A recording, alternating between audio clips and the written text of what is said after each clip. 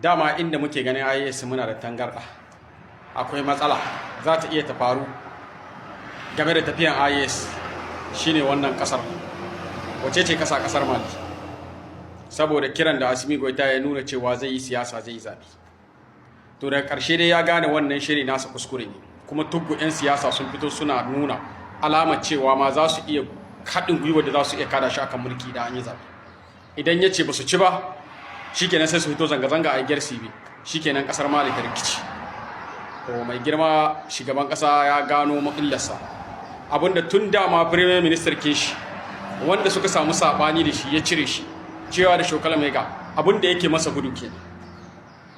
Bai kamata a yi collaboration da 'yan siyasa ba, da 'yan ta'adda da 'yan siyasa ba mutanen da ya kamata a tubar da su ba a dawo da su cikin mulki. Matsala ne, mutane ne maha'inta maciya amana.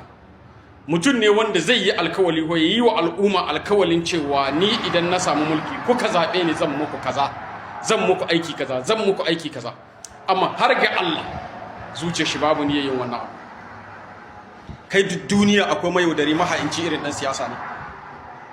A zuciyar shi fa zai gaya muku cewa haƙiƙanin kaza ni kaza idan kuka zaɓe ni wallahi zan muku kaza, yayi rantsuwa. Amma kuma har ga Allah wannan abun na bakinsa shine Fir'auna ne yake cikin zuciyarsa, shi ba nuhinsa shine in ya ci mulki ya muku aiki ba. A'a kawai idan aga wata 'yan matsala dan sheka dan yi haka dan a toshe bakin ku. Al'umma suna fama da talauci a cikin ƙauyuka, suna fama da matsala. Ka zo ka iske dan Nijar ruwan da zai sha ba su wadace shi ba, wani wurin wallahi kafafuwansa sun yi faso saboda rashin isasshen ruwa na wanka. A Nijar ƙasar da ita take wadatar da dukkan rayuwar da ake a ƙasashen Turai, a Nijar ake wadatar da su energy kin da suke tamaka da shi.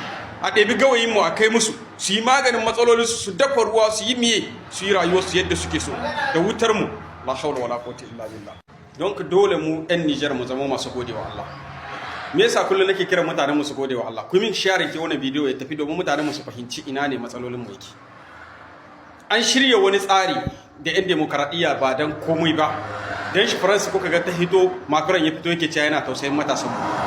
Tausayin da yake yi ya shirya tsari na wata guerre civil ne a Mali. Za a yi amfani da 'yan siyasa domin aiwatar da wannan ta'asar. Sai Allah ya kawo ƙarshen ta.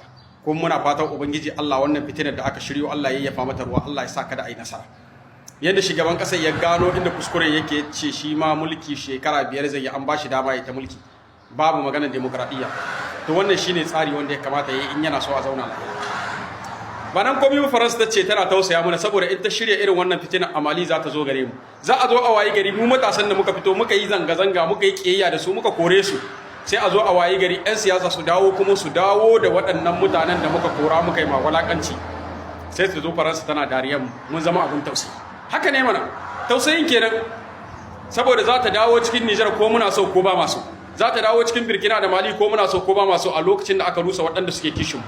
Aka kawo waɗanda ba sa kishin mu. Aka kawo waɗanda su zuciyoyinsu da hankalinsu kawai mulki ne suke so, kawai a tsare su yi mulki, sun manta da wa yake tsarewa a mulki.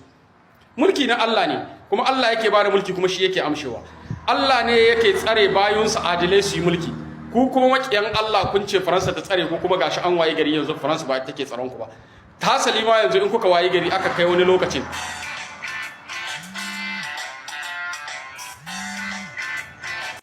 saboda mu Nijar da Burkina Allah ya samu yi saurin gano suwaye 'yan demokradiyya. Mun gano tukus, shi yasa yanzu suke nema hanyar da za su yi su kullar da za su dawo cikin kasashen musu zo su yi mana dariya. Amma 'yan Nijar ku gode wa Allah, ku gode wa ni'imar da Allah ya muku, sai Allah ya ƙara ni'imta mu. Wallahi alhamdulillah, babu abin da nake farin ciki da shi irin tsarin mulkin mu na Nijar, wanda da dama in suna so su ji daɗin tafiyar su sai sun yi kwaikwayon su. Wasu suna ganin har yau wai muna zuwa muna haɗaka da kasashe da me. Akwai diplomasiya wadda dole ne sai kai alaka da kasashen duniya. Ko da makiyinka ne a diplomasiya sai kai alaka da shi zaka gane shi wane ne. A hakan ne kuma zai yi wani abu wanda kai zai bayyana, amma makiyinka idan yana nesa kwarai gare ka akwai matsala. Zai ta kulla maka abubuwan da ba za ka sani ba, amma in kana kusa gare shi to dole za ka gano wasu abubuwa nasa. Dan shi 'yan Nijar ku ta gode wa Allah.